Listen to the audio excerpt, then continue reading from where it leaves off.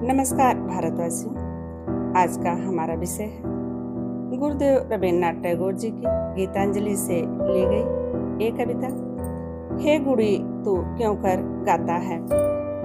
आज के इस प्रस्तुति में हम विश्व कवि गुरुदेव रवीन्द्रनाथ टैगोर जी की कालजयी रचना के इस भावुक अंश पर चर्चा करेंगे। आज का यह पाठ ईश्वर के उस विराट संगीत के बारे में है जिसे सुनकर भक्त सुध बुध खो देता है। आइए पहले इन सुंदर पंक्तियों का हम आनंद लेते हैं। हे गुड़ी तू क्यों कर गाता है, मैं अवाक होकर सुनता हूँ, बस सुनता हूँ। तेरी स्वर धुति भुवन भर में छाई है, तेरी स्वर लहरी गगन में भरती, पाषाण खंडों को भेदती, बेगोन्मत्त स्वर गंगा बनी बह रही है। चाहता हूँ कि उन स्वरों में गाऊं, किंतु कंठ में वह स्वर कहाँ पाऊं। कहना तो चाहता हूँ, कह नहीं पाता। हार मान मेरे प्राण रो उठते हैं। मेरे चारों ओर स्वरों का जाल बुनकर तूने मुझे किस फंदे में बांध लिया है। भाइयों एवं बहनों, इसके भावार्थ पर आते हैं।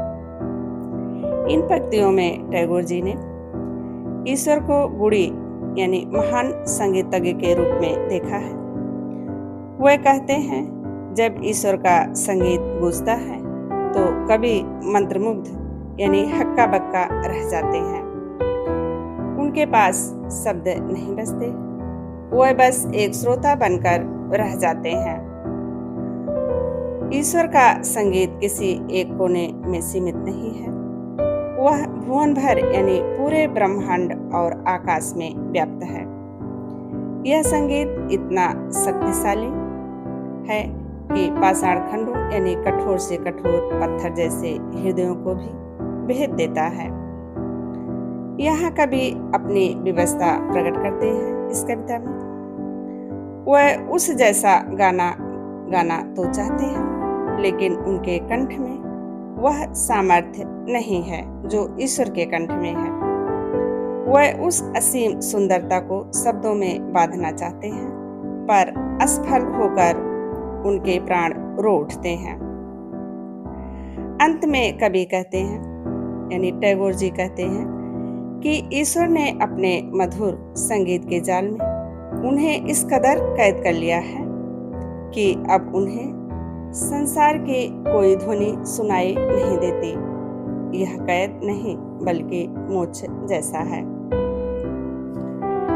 टैगोर जी की इन पंक्तियों का सार यह है कि जब हम परमात्मा की महानता के सामने अपना अहंकार त्याग देते हैं और अपनी हार स्वीकार कर लेते हैं, तभी हम उस दिव्य संगीत का अनुभव कर पाते हैं। संगीत यहाँ केवल कला नहीं बल्कि ईश्वर से जुड़ने का सबसे सरल मार्ग है। भाइयों एवं बहनों, गीतांजलि के ये शब्द केवल कविताएं नहीं बल्कि एक भक्त के हृदय से निकले समर्पण के सुर हैं जो सीधे ईश्वर तक पहुंचते हैं। इन पंक्तियों में उस पवित्र विरह की गूंज है जो आत्मा को परमात्मा से मिलने के लिए व्याकुल कर देती है।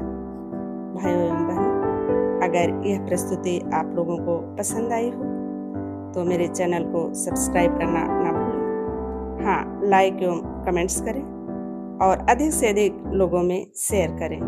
जय हिंद, जय